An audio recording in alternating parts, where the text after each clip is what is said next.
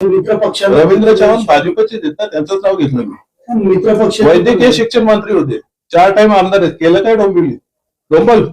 डोंबिवलीची डोंबिवली करून ठेवली. म्हणजे लाज वाटायला पाहिजे अशा लोकप्रतिनिधींना की तुम्ही काही न करता ते फक्त ते कमळ लावून मैतावर आणि बारशावर जाऊन नाही होत. गेल्या 2 दिवसापासून जे चालू आहे आपल्या शास्त्रीनगर दवाखान्यात जे प्रकार घडला त्याच्यावर जे चालू आहे त्याच्यात कुठेतरी आम्हाला राजकारण होताना पण वास द्यायला लागला की काही गोष्टी ठीक आहे, तुम्ही एक काळी बाजू दाखवताय, पांढरी बाजू दाखवताय, परंतु मधला ग्रे एरिया तुम्ही दाखवत नाही. तुम्ही दाखवताय, काही चॅनलने दाखवलं पण ते, पण तो आमचे तेच म्हणणं आहे की रमेश म्हात्रेने जे केलं त्याचं समर्थन होऊच शकत नाही, त्याचा आम्ही त्रिवार निषेधच करतोय. ही घटना घडायलाच नाही पाहिजे. परंतु आमचं म्हणणं त्याच्या पुढे जाऊन असे की समजा रमेश म्हात्रेच्या जागी त्या महिलेचं नातेवाईक असतं, त्यांनी हा प्रकार केला असता तर, आणि मग हा प्रकार का घडला? दवाखान्याच्या ज्या सुविधा आहेत त्या पुरेशा आहेत का? प्रशासन तिथे पुरा पडतोय का? तर नाही पडत आहे. हेच सत्य आहे ना. प्रशासनाने ज्या तिथे सोयी द्यायला पाहिजे होत्या त्या तिथे होत नाही. डॉक्टर्स तिथे वेळेवर नसतात. जो स्टाफ असतो तो ॲरोगंटली वागतो. या अनेक तक्रारी आमच्याकडे येत असतात.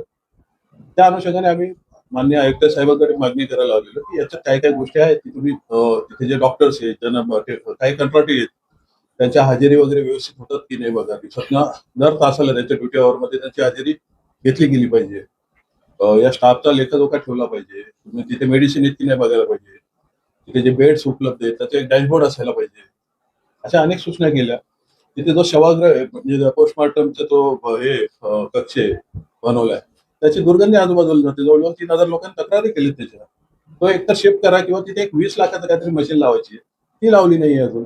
तर प्रशासन जर अशा गोष्टीत हलगर्जीपणा करत असेल त्याला कोणी जाब विचारायला नको का? तो विचारायला आम्ही इथे आलो होतो. तुम्ही सत्यात आहात. धन्यवाद. तुम्ही आम्हाला सत्तेत 6 महिने झाले आणि प्रश्न विचारतात.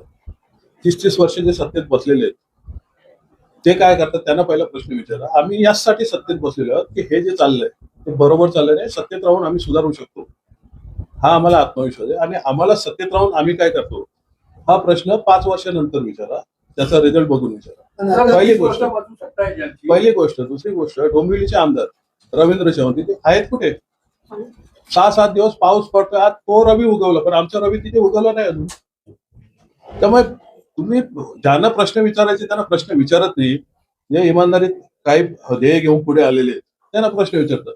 माझी आपणास विनंती आहे की अशा लोकांनाही तुम्ही प्रश्न विचारा की काय करताय तुम्ही. डोंबिवलीच्या मध्यभागी ते पोस्टमॉर्टमचा ते कक्ष आणून ठेवलाय. या अशी तुमची प्लॅनिंग असते. रामनगरची स्मशानभूमी तिथं हटवा. गेले कित्येक वर्ष आम्ही बोलतोय, लोक तिथली मागणी करतात, ती हटत नाहीये. या ज्या गोष्टी शहराच्या बाहेर असायला पाहिजे त्या शहरात आणतात, ज्या गोष्टी शहरात असायला पाहिजे त्याचा थांगपत्ता नाहीये. त्यामुळे हे सगळा अनागोंदी कारभार चालू आहे. आणि तेच दाखवायला मी लोकांसमोर आलेलो की ह्या गोष्टी सत्ताधारी जेवढे जबाबदार आहेत तेवढं प्रशासन पण जबाबदार आहे. आणि लोकांचा उद्रेक का होतो? पुन्हा एकदा सांगतो, रमेश म्हात्रेंनी केलं ते चुकीचं आहे, पण त्यामागची भावना, त्यांचा तापट स्वभाव सोडून द्या तुम्ही. पण तो एखादा नातेवाईक असता त्या महिलेला किंवा त्यांना ज्या प्रकारे शिवीगाळ केली याचं समर्थन होऊ शकत नाही. परंतु कुठेतरी रागाचा उद्रेक होतो याचा आपण उहापोह करणार आहोत की नाही? एडीएमसी आयुक्तांची भूमिकेवर मनसेने प्रशासकीय परिषद केलाय की 3 तास जे नर्स डॉक्टर उभे होते त्यांना 3 तास उभे राहावं लागलं.